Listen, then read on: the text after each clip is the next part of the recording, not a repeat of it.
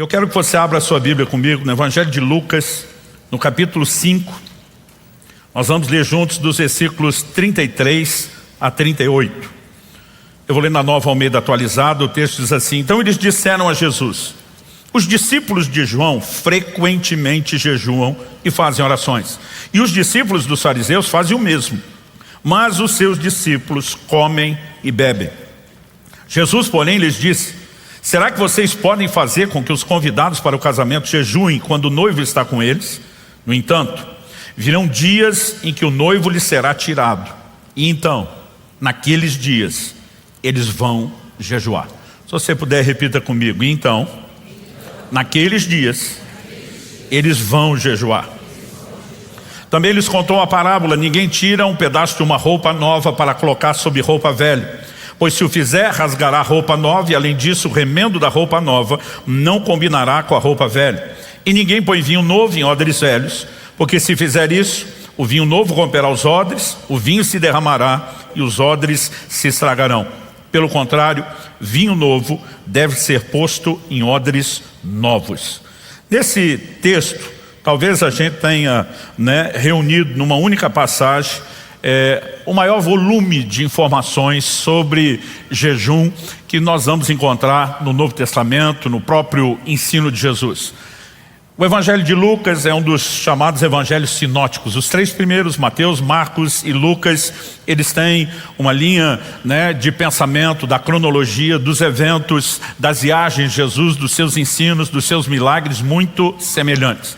Em todos os três, Mateus 9, 14 a 17, Marcos 2, 18 a 22, nós vamos encontrar essa abordagem feita a Jesus, a resposta de Jesus e, como ensino na sequência, essa parábola. O que é que eu quero começar chamando a sua atenção? Quando as pessoas chegam para Jesus comentando: os discípulos de João, aqui é João Batista, frequentemente jejuam e fazem orações. Os fariseus fazem o mesmo, Nós não sabemos qual era a frequência dos discípulos de João, mas os fariseus, diz a tradição, jejuavam 2 vezes por semana, às segundas e às quintas-feiras. Quando Jesus, em Lucas 18, menciona um fariseu que sobe ao templo para orar, e um dos motivos que ele está lá orando de si para si mesmo, se orgulhando, batendo no peito, ele vai mencionar: eu jejuo 2 vezes na semana. Isso não era exclusividade dele, todos os fariseus faziam isso. Aliás, a Didaquê, documento de catecismo cristão, de orientação aos novos convertidos mais antigo da história da igreja, diz que os cristãos eram orientados logo ali no início do primeiro século, a jejuar em dias diferentes do que eles chamam de os hipócritas, uma referência aos fariseus. Eles jejuavam às quartas e sextas-feiras para não serem confundidos com os outros. Então é evidente, os discípulos de João têm uma rotina de jejum, os fariseus têm, os cristãos adotariam isso, como Jesus de fato orientou e falou, mas quando fazem esse comentário com Jesus, é evidente que não se trata de um elogio. Imagine alguém hoje chegando para um pai e fazendo o seguinte comentário: os filhos de fulano são uma bênção, os de Beltrano são comportados, os de Ciclano têm limites, mas os seus, o que é que está por trás da reticência, mas os seus, é uma acusação, um ataque, estão fora de controle. Não é uma acusação só ao comportamento dos filhos, é uma maneira de responsabilizar os pais pelo comportamento dos filhos. O que estão fazendo com Jesus não é diferente.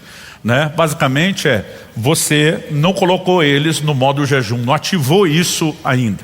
E aí Jesus dá uma resposta que culturalmente qualquer um deles entenderia. E diz: eles não podem jejuar enquanto o noivo está presente. Mas Jesus deixa claro que o jejum não é, como alguns alegam, coisa só do Antigo Testamento, da Antiga Aliança.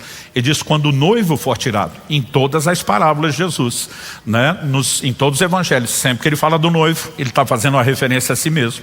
Ele diz: quando o noivo for tirado, ou seja, depois que eu for, a partir do momento que eu voltar aos céus e me ausentar até o dia do meu glorioso retorno, então Jesus diz: eles vão jejuar. Uma marca que nós temos para os discípulos de Cristo, que sai dos lábios do próprio Cristo, é que nós iríamos praticar o jejum. Isso não pode ser ignorado. Por que eu estou dizendo isso? O primeiro tópico na construção do que eu quero abordar com vocês aqui é uma pergunta que merece uma resposta adequada. O jejum é opcional?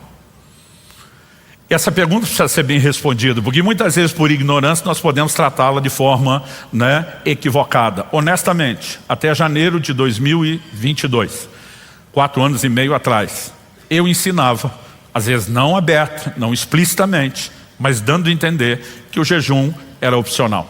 Por quê? Quando a gente vai avaliar o jejum, no Antigo Testamento você tem um único dia, uma vez ao ano, de um jejum compulsório, obrigatório.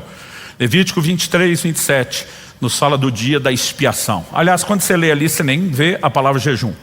O Senhor diz, vocês vão afligir as vossas almas nesse dia. E o Senhor diz, quem não afligir a alma será eliminado do meio do seu povo. Se afligir a alma fosse só um sentimento, como saberia quem afligiu, quem não? O profeta Jeremias vai chamar o dia da expiação, no livro dele, de o dia do jejum. Lucas, escrevendo o livro de Atos, também faz a mesma referência, o dia do jejum. Então nós sabemos, uma vez ao ano, o jejum era compulsório. Mas quando você lê o Antigo Testamento, você vai ver que a grande maioria não se limitava a um dia por ano. Existia uma cultura de jejum. Existiam jejuns que eram espontâneos, existiam convocações proféticas, e o jejum está sempre lá, ele é largamente mencionado. Mas quando chega o Novo Testamento, nós não temos uma ordem. Pelo menos não uma conjugação de um verbo no imperativo. Como você tem vigiai, orai, que claramente é uma ordenança, você não vai encontrar na Bíblia jejuai. Então quando as pessoas me perguntavam, eu sou obrigado a jejuar? Eu dizia, olha, honestamente não há uma ordem. Se não há uma ordem, a gente não pode tratar como obrigação e nem como não pecado o não jejuar. Porque 1 João 3,4 define a transgressão, o pecado como a transgressão, desobediência da lei. Eu falei, se não tem a lei, você não está transgredindo a lei.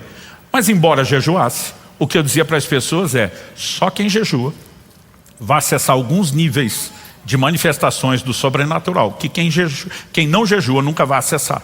O próprio Jesus, quando os discípulos questionam por que é que nós não pudemos expulsar o demônio daquela pessoa, Jesus diz, essa casta não sai a não ser por meio de oração e jejum.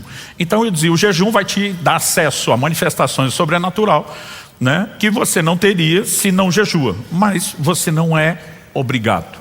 Até janeiro de 2022, essa era a minha resposta. E lamento muito nunca ter entendido isso com mais clareza antes. Em janeiro de 22, estava trancado, escrevendo, enquanto jejuava, o primeiro livro dessa série, A Cultura do Jejum, e o Espírito Santo me confrontou. Ele diz, você está confortável com crentes da sua igreja, do seu rebanho, que nunca jejuam? Porque enquanto estava preparando esse material, nós fizemos uma enquete. Depois a gente repetiria isso, com muitos milhares de pessoas respondendo. Há muitos milhares. Estou falando de uma amostragem estatística muito superior a qualquer campanha de pesquisa de intenção de voto que você já teve acesso. Para quem entende estatística, robusto, muitos milhares de pessoas responderam. E o que nós descobrimos era que 59 alguma coisa por cento, quase 60% dos crentes, responderam nunca ter jejuado nenhuma vez sequer na vida. Ou seja, a grande maioria não sabe o que é isso nem como uma experiência. Não estávamos tentando achar onde estão os profissionais do jejum. Era apenas saber, você já teve uma vez sequer a experiência na vida? E quando eu estou com aqueles dados em mãos, o Espírito Santo me questiona. Se um crente do seu rebanho, por 20 ou 30 anos de fé cristã, orasse uma única vez ou nenhuma, você o consideraria um crente saudável? Eu falei, de jeito nenhum. Ele falou, por que não? Eu falei, porque oração tem que ser parte do dia a dia da nossa caminhada. O Espírito Santo me questionou, se um crente do seu rebanho, sob o seu pastoreamento, passasse 20 ou 30 anos sem dar uma única esmola, você o consideraria um cristão sadio? Eu falei, de jeito nenhum. Por que não? Eu falei, porque isso não é para dar uma vez na vida ou nenhuma. Tem que ser parte de um estilo de vida. E na hora ele disse, no meu ensino sobre oração e esmolas no Sermão do Monte, eu ensinei sobre jejum. Então por que para você está tudo bem se um crente nunca jejuar, ou jejuar uma vez em 20 ou 30 anos? E eu fiquei chocado. O que veio a seguir foi uma orientação. Mateus capítulo 6, Sermão do Monte, dos versos 16 a 18, que Jesus ensina sobre jejum. Ele diz, quando jejuardes. Ele não diz se jejuardes. Aqui nós temos uma declaração, eles vão jejuar. E lá nós temos uma orientação. Quando vocês jejuarem, vocês têm que fazer dessa e dessa forma. E o que o Senhor falou no meu coração é, não haveria uma orientação para se fazer determinada coisa, a menos que se esperasse que os orientados fizessem o que está sendo orientado a ser feito. Eu pensei, a lógica é muito boa, mas na minha cabeça eu estou questionando por que em 2000 anos de história do Evangelho eu nunca vi ninguém falar sobre isso. Como eu estava escrevendo o livro, falei para Deus, o Senhor quer que eu seja o primeiro a falar uma coisa dessa? Assumir essa bronca, comprar essa briga e tentar restaurar isso? E eu lembro que na hora que eu questionei, o Senhor quer que eu seja o primeiro? O Espírito Santo me deu uma outra experiência, daquelas que você não tem como questionar que é Ele. Algo veio forte no meu espírito. Levante, eu estava no meu escritório, pegue o terceiro livro, da esquerda para a direita, da última prateleira. Eu olhei para a última prateleira, ali estão meus livros de história. Eu pensei, não deve ter nada lá sobre o assunto. Quando você vai pesquisar história, não se tem muito registro sobre jejum. Mas eu levantei, mesmo sem enxergar, contei 1, 2, 3. No terceiro, eu puxei. Quando puxei, era um livro que estava guardado no lugar errado, por algum motivo. O livro, Sermões do Monte, de John Wesley, o grande avivalista do século XVIII. Quando eu li Sermões do Monte e vi que o livro era sobre o ensino de Jesus, eu já tinha certeza, né, de qual era o assunto. E a hora que eu abri, cai exatamente em Mateus, capítulo 6, nos versículos 16 a 18, o que ele comenta sobre o ensino de Jesus, e eu faço questão de ler ipsis literis como está lá, porque a costa do John Wesley é mais larga do que a minha para jogar em cima dele. Ele diz, temos um peculiar em favor do jejum frequente, ou seja, Jesus assim ordenou. Deixa eu fazer uma pausa antes de ler. John Wesley resgatou o que a Didaquê ensinava sobre os cristãos jejuarem às quartas e sextas-feiras. Quando inicia o seu movimento, que depois se tornaria conhecido como o metodismo, ele não ordenava pastores que não jejuassem pelo menos 2 vezes por semana, às quartas e sextas-feiras. Então, ele aqui está defendendo uma disciplina que ele tinha adotado na prática. Temos um peculiar em favor do jejum frequente, ou seja, Jesus assim ordenou. Nesse trecho do seu sermão, ele não exigiu expressamente nem o jejum, nem as esmolas, nem a oração. Suas orientações mostram como jejuar, orar e dar esmolas. Entretanto, essas orientações nos tocam com a mesma força das imposições. Ao nos ordenar que façamos algo de certo modo, Jesus inquestionavelmente requer que façamos esse algo. É impossível realizar algo de determinada maneira se esse algo não é realizado. Por conseguinte, quando Jesus nos orienta a dar esmola, jejuar e orar de tal e tal maneira, essas são ordens claras para realizarmos tais tarefas. Somos ordenados a cumpri-las e fazer isso da maneira prescrita, a fim de não perder a nossa recompensa. Antes de janeiro de 2022, eu dizia, olha, evidente que Jesus sinalizou uma expectativa. Eu não apresentava isso como ordenança, como mera expectativa, mas mesmo se nós olhássemos assim, eu fico imaginando, se nós entendemos o que é o senhorio de Cristo e o lugar de importância que Ele tem, até a sinalização de uma expectativa já não deveria mexer comigo e com você? Minha esposa não me precisa pedir algumas coisas, se num comentário eu percebo que é importante, porque ela ocupa um lugar de importância para mim, eu vou me mexer e vou tentar fazer algo em relação àquilo. Nós estamos vivendo a fase agora que são os suspiros dos netos, que tem um peso enorme, né, para a gente, os avós. Gente, a Bíblia nos relata, em 2 Samuel 23, de 13 a 17, enquanto fala sobre os valentes de Davi, de 3 malucos, que ouvem Davi num suspiro. Ele está fugindo de Saul, ele está longe de casa, ele está peregrinando, né, como forasteiro, e no momento ele desabafa, quem me dera beber das fontes das águas lá de Belém. Os 3 doidos cortam o arraial dos filisteus, lutando só para buscar água, porque Davi suspirou, não pediu. Quando chegam com a água, Davi se recusa a beber. Ele derrama ela no chão, ele diz que aquilo é uma oferta ao Senhor, e ele diz, o meu suspiro, o meu anseio por água, não fazia dela mais importante do que a vida de vocês, que vocês arriscaram. Ele se recusa a beber. Aqueles camaradas ouviram um senhor humano, falho, imperfeito, ansiar por algo e decidem agradá-lo. O que dizer eu e você, se Jesus só sinalizasse uma expectativa? Embora, como eu disse, é mais do que uma expectativa. Quando ele diz, eles vão jejuar, isso é esperado de mim e de você. Portanto, não. Jejuar não é opcional. Agora, o que Jesus nunca determinou foi qual a periodicidade com que você jejua, qual a duração dos seus jejuns, quais os tipos de jejum eu e você vamos praticar, ou mesmo as formas de fazer isso. Ela pode ser feita, né, de maneira pessoal, ela pode ser feita de forma coletiva. Não há determinações sobre o resto. Mas o que é inegociável é, na minha e na sua vida, em algum desses formatos e combinações, que são muitas variações possíveis, o jejum tem que estar lá. Dito isso, eu quero passar para o nosso segundo tópico. Outra pergunta. O jejum tem regras? As pessoas me perguntam muito, mas muito, sobre as regras do jejum. Outro dia um chegou para mim e falou: pastor, eu posso fazer um jejum a pão e água? Falei: meu amigo, a gente adotou uma frase lá na Alcance Curitiba que é meu jejum e as regras. Porque sempre tem um fariseu querendo dar pitaco no jejum dos outros, sempre, né? Então eu falei: você pode jejuar até com pastel e caldo de cana. Não recomendo nenhuma das duas bombas glicêmicas, mas no sentido de poder, né? Então, pastor, quais são as regras? Em 2 Timóteo capítulo 2, verso 5, o apóstolo Paulo diz assim: igualmente o atleta não é coroado se não competir segundo as regras.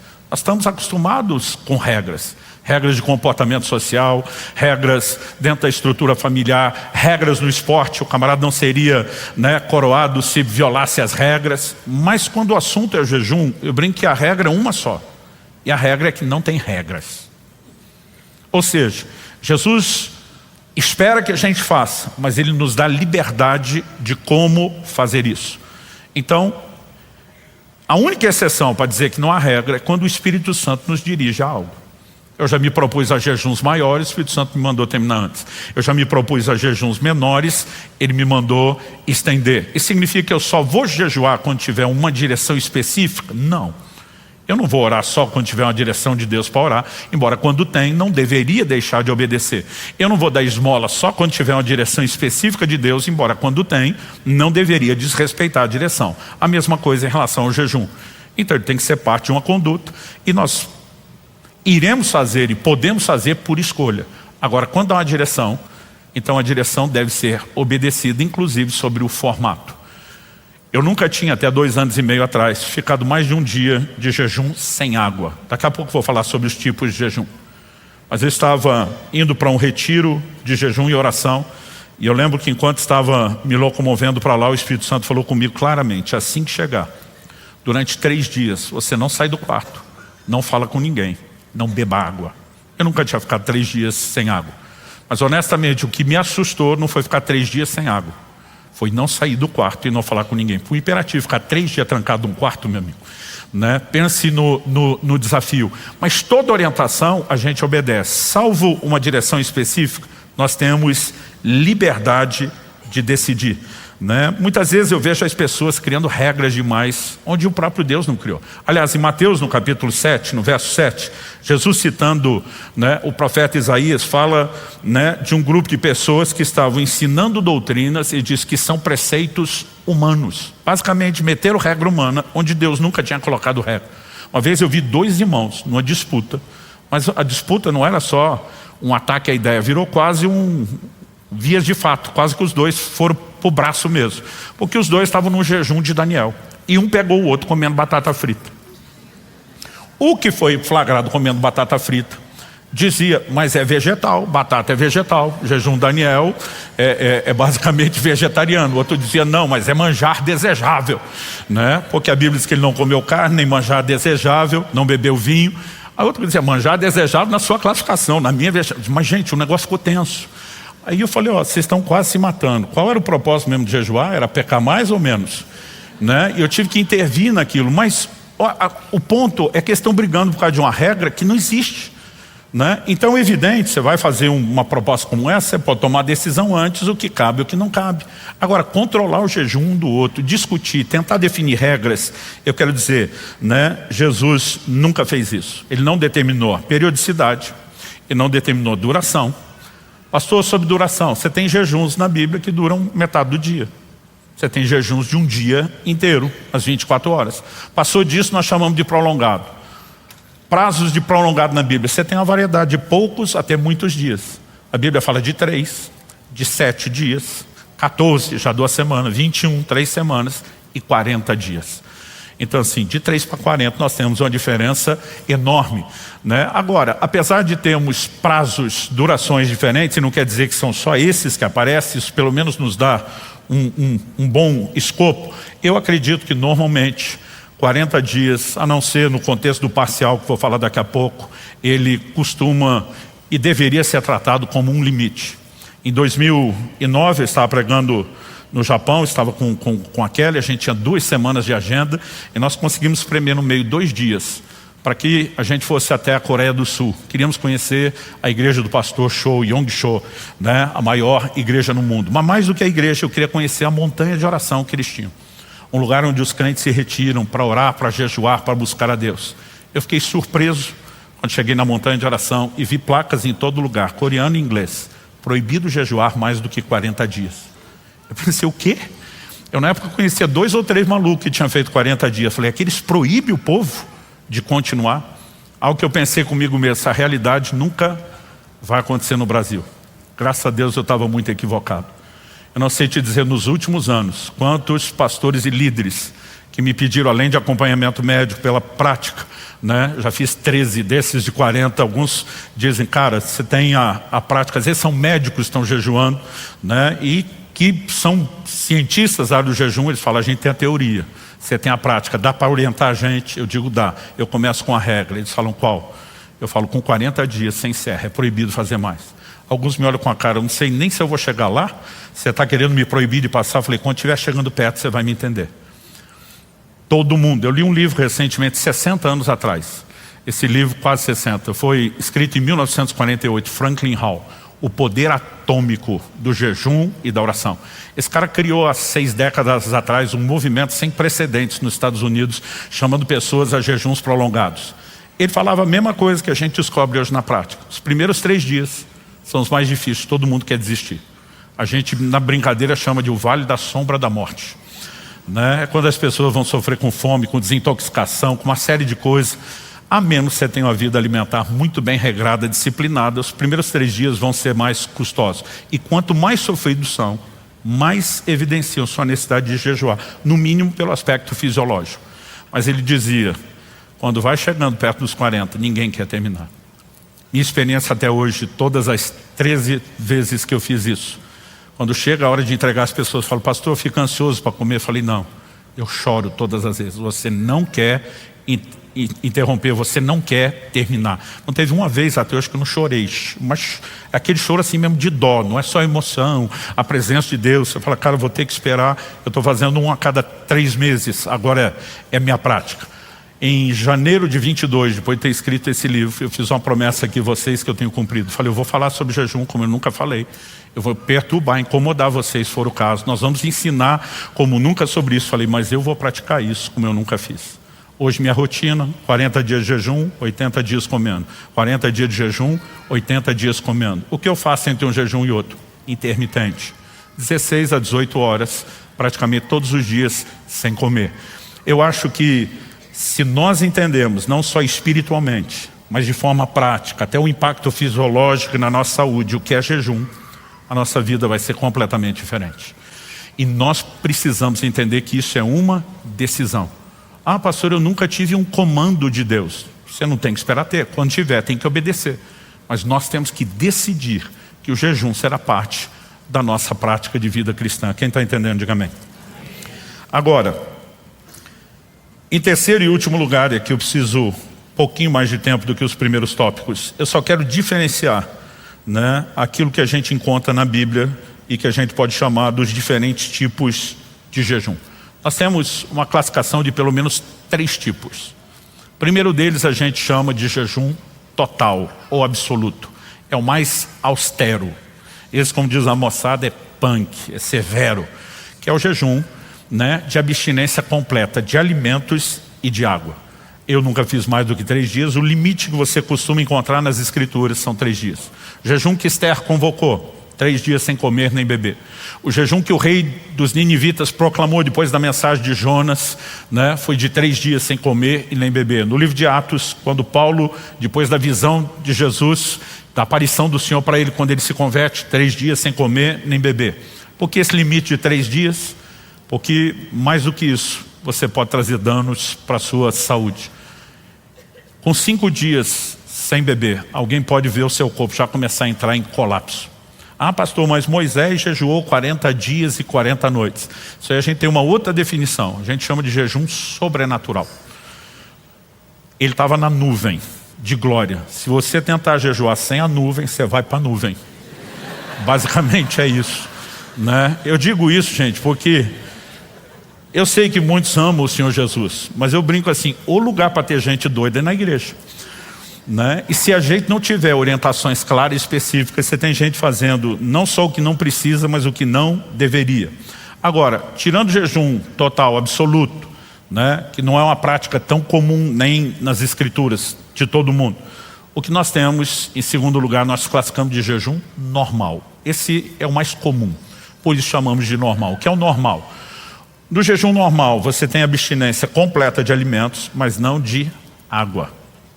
Em Lucas, no capítulo 4, no verso 2, quando a Bíblia fala sobre Jesus, diz: nada comeu naqueles dias, e ao fim dos quais teve fome. Não diz que não bebeu, nem que não teve sede. Então, presume-se sempre que não há uma menção específica de que não houve uma ingestão de água, que há ingestão de água. A água não é alimento, mas seu corpo depende dele, né, para manutenção, para sobrevivência. Ele tem um papel importantíssimo no jejum. Agora, terceiro e último jejum, talvez o exemplo bíblico mais claro, né, a ser citado desse tipo, está lá em Daniel, capítulo 10, versos 2 e 3. Daniel falando diz: naqueles dias eu, Daniel, fiquei de luto por 3 semanas, ou seja, 21 dias. Não comi nada que fosse saboroso. Outras traduções dizem manjar desejável. Não provei carne nem vinho. Não me ungi com óleo algum, até que passaram as 3 semanas. Eu e você precisamos entender que Daniel não está estabelecendo uma regra. Ele está falando do que ele fez. Daniel diz: por 3 semanas não me ungi com óleo. Você pega a orientação de Jesus, unge a tua cabeça com óleo, né? O que Jesus vai ensinar é que o jejum seria uma parte tão frequente da nossa cultura, né, daquilo que eu e você precisamos fazer, que você não precisa mostrar para ninguém que jejum. Aliás, a gente tem ensinado que o jejum não tem que ser tão sofrido. Eu lembro que quando eu nunca tinha passado ainda de 7 dias por muitos anos, meu limite era 7 dias, eu terminava com uma refeição, fazia mais 7, mas não passava disso. Eu tive uma conversa com o nosso saudoso e finado pastor Francisco. Francisco, enquanto eu fazia só 7, ele já tinha feito 30, 40 dias de jejum. E um dia eu procuro o Francisco e falo: Francisco, eu fiquei agora recentemente 3 dias numa chácara, trancado, para buscar Deus. Os primeiros 2 dias e meio eu não conseguia ler a Bíblia, não conseguia orar, de tanta dor de cabeça, irritação. Falei: eu jejuo para não pecar, mas no segundo dia eu quero matar alguém. Falei para ele: não está funcionando, né? Falei: cara, falta de foco, de atenção, o negócio só rendeu o último meio-dia, né? Eu falei: por que tem que ser tão custoso? E praticava, não é que não praticava. Ele olha para mim e a resposta dele foi: se já não tem a inteligência de se alimentar direito, no mínimo poderia ter a sabedoria de se preparar para um jejum. Falei para ele, falei: o que você está falando? Ele falou: primeiro, vocês comem tudo errado. Tem um estilo de vida alimentar ruim. Ele falou: de onde você acha que vem essa dor de cabeça, todo esse mal-estar? Falei: da fome. Ele falou: não, isso é um processo de limpeza. Seu organismo está botando fora toxinas, está se limpando, né? Ele falou: para começo de conversa, vocês vão entrar num jejum prolongado, no dia anterior faz a despedida. A gente não conhecia ninguém que não fizesse a despedida. A gente ia para pizzaria, para rodízio de carne, ia, porque pensava: vai ficar uns dias sem, vamos dar o gás antes, né? Era despedida. Coisa que todo gordinho sabe antes de fazer uma dieta, a gente tem a despedida, né? A gente fazia a mesma coisa com o jejum. Eu falei para ele: você não faz a despedida? Ele falou: não. Ele falou assim: eu não só não faço a despedida, como eu tenho a preparação. Ele falou: eu já posso parar de comer a hora que eu quiser, eu não passo mal com você. Na minha cabeça estava pensando: quase impossível isso que ele está falando. Mas ele falou: ainda tem uma preparação. Eu falei: qual a preparação? Ele chamava aquilo de um processo detox, né? Ele dizia: durante uma semana eu como uma refeição ao dia. Em vez de aumentar o que eu como antes de um jejum, eu diminuo. Eu olhei para ele e falei: para, você jejua para jejuar. Assim, não há redundância.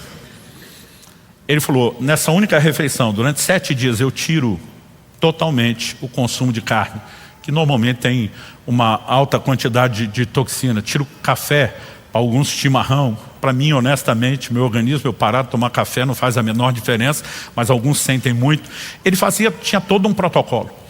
E quando eu passei a adotar tudo aquilo, eu não quero gastar tempo falando disso aqui, mas nós temos orientações muito práticas, eu descobri que era possível sentar no jejum e não ter dor de cabeça. Demorou para entender outro macete, né? Que é qual? A fome normalmente é o seu corpo gritando pelo quê? Pelo padrão de energia que você está acostumado a dar. A energia que normalmente movimenta o meu e o seu corpo, glicose. Vem do quê? De um grupo alimentar que nós classificamos de carboidratos. Quando você parou de comer, entra em jejum, qual é a fonte alternativa de energia que seu corpo vai buscar? Glicogênio. É a glicose ingerida antes, que não foi toda consumida. Está armazenado nos seus músculos, em especial o fígado. Esse estoque vai durar no máximo 3 dias. Com 3 dias vai terminar. No 4º dia você vai entrar no que a ciência chama de cetose. É a queima de gordura, das reservas de gordura. É a outra fonte de energia opcional. Quando você entrar na queima de gordura, você não tem mais fome. Seu corpo trocou um alimento externo pelo interno. Eu pensando nisso, falei, cara, a gente não precisa sofrer os 3 dias. Com 3 a 4 dias antes de um jejum prolongado, eu tiro o carboidrato enquanto estou comendo outras coisas. Quando eu entro no jejum, já estou sem fome. Então o jejum deixou de ter o sofrimento da dor de cabeça, da irritação, deixou de ter o sofrimento da fome. Descobri algo que eu trato como inegociável, mesmo alguém que vai jejuar na água. A gente dá uma aula sobre isso no livro. Equilíbrio eletrolítico, reposição de sais. A baixa repentina de sal pode fazer mais mal do que a alta, né? E tem coisas que você pode tornar ele menos doloroso. Outra coisa que descobri com o tempo, para quem pratica o jejum prolongado, né, com uma certa recorrência, treinar. As pessoas me perguntam, pastor, o senhor treina os 40 dias? Eu falei, treino, e não estou falando de treino fofo. Estou falando de treino pesado, seja puxar carga, quantidade, né, de cardio. Aí eles me perguntam, como é que o senhor tem energia para treinar? Minha resposta é, eu não treino porque eu tenho energia. Eu tenho energia porque eu treino. Ou seja, Jesus disse que você pode ungir o seu rosto. As pessoas só percebem que eu estou num jejum de 40, porque hoje vai pelo menos 12 quilos embora, né? Depois de uns dias elas começam a perceber, emagreceu bem depressa. Mas eu e você podemos fazer disso, e não estou falando que você tem que fazer esse tipo de jejum. Eu só estou de fato dizendo que se eu e você tivermos mais compreensão, ele não precisa ser tão custoso nem tão sofrido. Na verdade, ele acaba se tornando muito prazeroso, porque você abre temporariamente mão de alguns deleites que são inferiores, para ter um nível de acesso diferenciado a deleites superiores. Agora, não há regras a respeito disso. Mesmo quando a gente escreve, a gente dá sugestões. E por que eu estou dizendo isso? Porque o jejum parcial, ele vai atender muita gente. O primeiro jejum que eu fiz, gente, eu pulei uma refeição só, o almoço. E ainda junto com os amigos adolescentes fizemos, nós tomamos refrigerante, com medo de desmaiar sem glicose. Alguém soube, depois do nosso jejum, de uma refeição só, regada a refrigerante, que hoje nem é parte da minha vida mais, e esculhambou a gente. Eu lembro da pessoa falando, jejum de verdade, não põe nem bala na boca. Aí o cara esculhambou, eu pedi perdão até para Deus. Falei, desculpa aí, foi mal, não sabia. Prometo melhorar da próxima vez. Mas à noite, aquilo pelo qual eu e os outros adolescentes tínhamos jejuado junto, que era um assunto de oração de muito tempo, aquilo aconteceu e ninguém convencia a gente que era coincidência, né? Depois de tanto tempo de espera, a gente vê resultado. Foi isso que me incentivou a querer aprender o jejum. Quando eu soube que a gente jejuava 24 horas, eu dizia, mas não desmaia? Né? Eu lembro que quando eu comecei a fazer aquilo, descobri que não necessariamente precisa ter desmaio. Eu soube de gente que jejuava 2, 3 dias. Minha pergunta era, não morre? Porque às vezes você não tem noção nenhuma. Então, o que eu tenho descoberto sobre o jejum parcial? Ele, em primeiro lugar, uma excelente ferramenta de iniciação. Porque tem gente que nunca começou e quer começar lá de cima. Outro dia um irmão chegou para mim e falou, pastor, meu sonho é fazer esse jejum de 40 dias que você faz. O que eu preciso? Eu falei, quanto você já fez? Ele falou, não, nunca jejuei. Eu falei, começa de 1, na verdade começa de meio. vai treinando, né, e subindo. Jejum intermitente, nós temos um apêndice inteiro escrito pelo Dr. Aldo no livro, é uma excelente ferramenta de treino. Você vai aumentando as horas sem comer, né? Você vai descobrir com o tempo que o seu corpo tem um poder de adaptação impressionante, que o que você acha que é essa fome, que é impossível ficar sem comer, você adapta o seu corpo a isso, seja o tempo que você dorme, né? Tudo aquilo que nós fazemos, e é possível que você comece devagar. Mas eu descobri que o jejum parcial, esse praticado por Daniel, ele é uma excelente ferramenta de iniciação, de aperfeiçoamento para aqueles que vão subir de nível, começar a fazer jejuns maiores. Eu oriento as pessoas, comece pelo parcial, né? Agora o parcial ele pode ser feito com inteligência, porque tem gente que fala assim, eu vou fazer um jejum Daniel, 21 dias. Então ele não vai comer carne, vai comer legumes, mas ele come arroz, feijão, batata, tudo fonte de glicose. Tem fome todo dia, porque não vai entrar na cetose. Ou seja, existem formas mais confortáveis e inteligentes de fazer. Um amigo meu um dia me abordou, ele já tinha feito um jejum de 40 dias, e quando eu terminei o meu primeiro na água, ele falou, você é doido, você fez só na água? Eu falei, você não fez não? Ele falou, não, eu fiz com suco de laranja. Olhei para ele e falei, por quê? Para ter um pouco de energia. Eu falei, esse é o problema. Porque ele falou assim, eu quase morri, imagina você só na água. Eu falei, eu passei bem. Ele falou, não, é impossível. Ele falou, eu que botava energia, tinha fome todo dia. Eu falei, tinha fome, porque todo dia você dava uma dose de glicose, seu corpo pedia mais, e você não entrou na cetose. Eu falei, eu não tive fome. Ele falou, você está dizendo que o meu foi mais difícil? Eu falei, muito mais difícil. Eu não sei se eu te aplaudo chamando de herói, ou se eu te chamo de estúpido, né, pelo que você fez. Então, há maneiras e maneiras de fazer isso. Mas, gente, o jejum parcial, ele vai ajudar pessoas que talvez não possam jejuar em outro formato. Grávidas e lactantes não deveriam permanecer períodos longos sem comer, né? Paciente diabetes tipo 1, tipo 2, nem pensar em fazer um jejum sem acompanhamento médico perto, né? Pacientes com gastrite, refluxo, jejum parcial, mesmo que ele seja um modelo rígido, ele é uma ferramenta que vai nos socorrer. E eu estou dizendo isso porque, já que Jesus não determinou o formato, já que não há regras, o que você precisamos é praticar. E outra, você também não precisa escolher um só. Quando eu estava fazendo 2 desses jejuns de 40 por ano, agora eu estou fazendo 3, pastor Marcelo Neves aqui da nossa equipe falou, eu te acompanho em 1, em 2 não. Eu falei, eu não te chamei nem para 1, você faz se você quiser, ninguém é obrigado a fazer nada.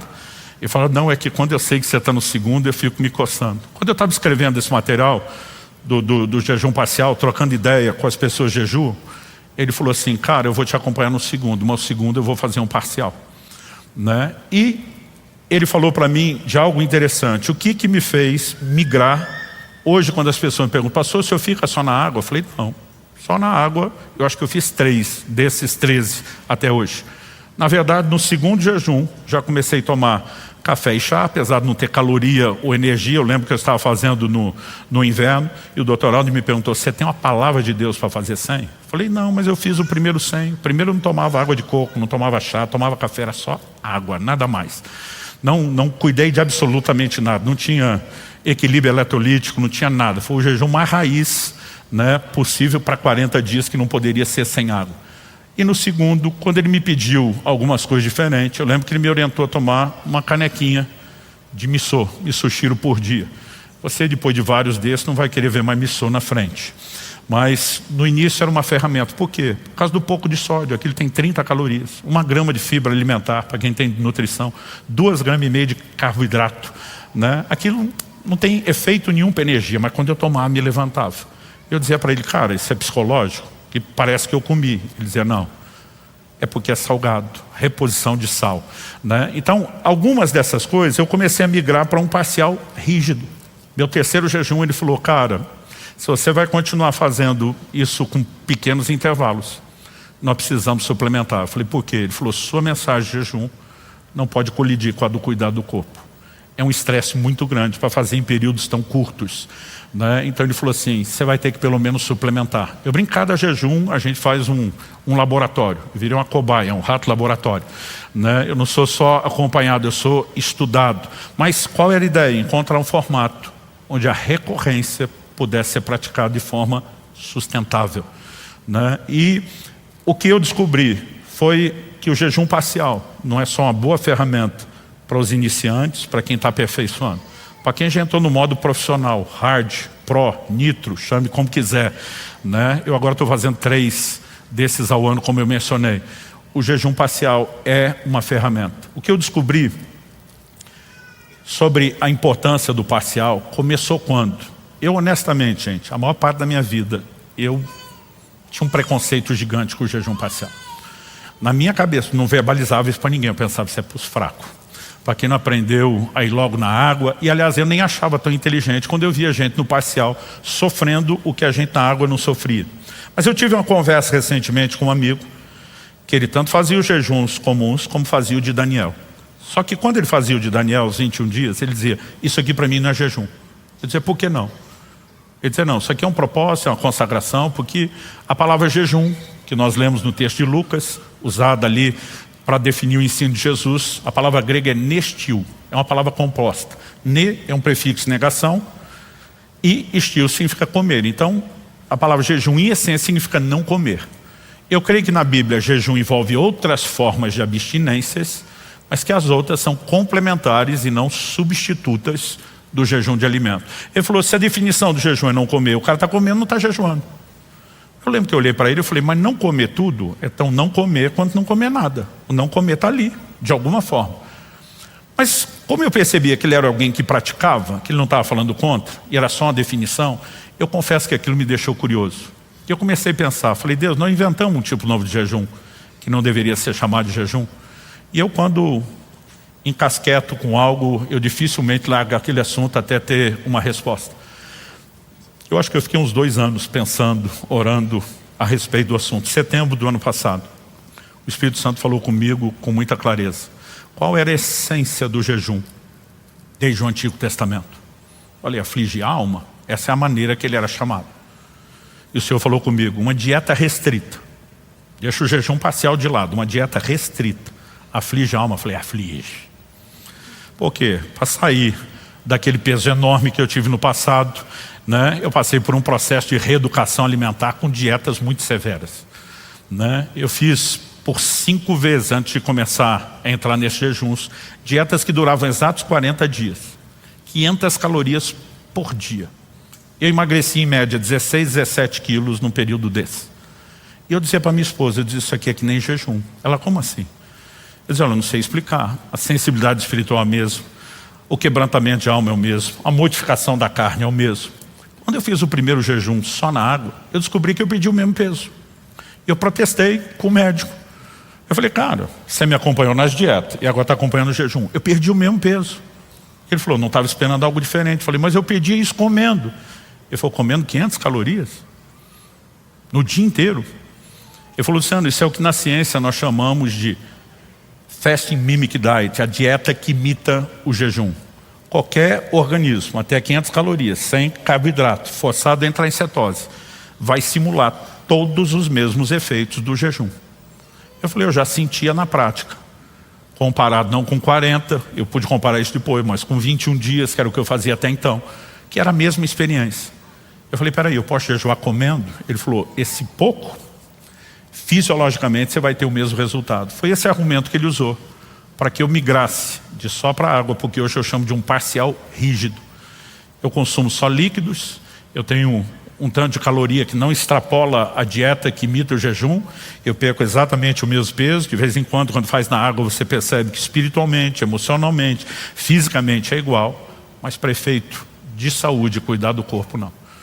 Eu mantenho suplementação, né? Meu médico falou esses dias para alguém, questionou, o Subirá não está se matando aí com esse negócio? Ele falou, está mais nutrido quando jejua do que você que está comendo, né? Por quê? Tem uma suplementação inteligente que não quebra o jejum. Eu tomo via oral, eu tomo intravenosa, eu tomo intramuscular, tudo que você imaginar. Aonde eu quero chegar? O meu preconceito com o parcial foi diminuindo, até que em setembro do ano passado o Senhor falou comigo, essa será uma das ferramentas mais importantes para se estabelecer a cultura do jejum. Eu falei para Deus, eu nunca vi gente jejuar na minha vida como nos últimos anos, depois do primeiro livro. Mas em outras palavras, o que eu senti de Deus foi, você conseguiu trazer os doidos.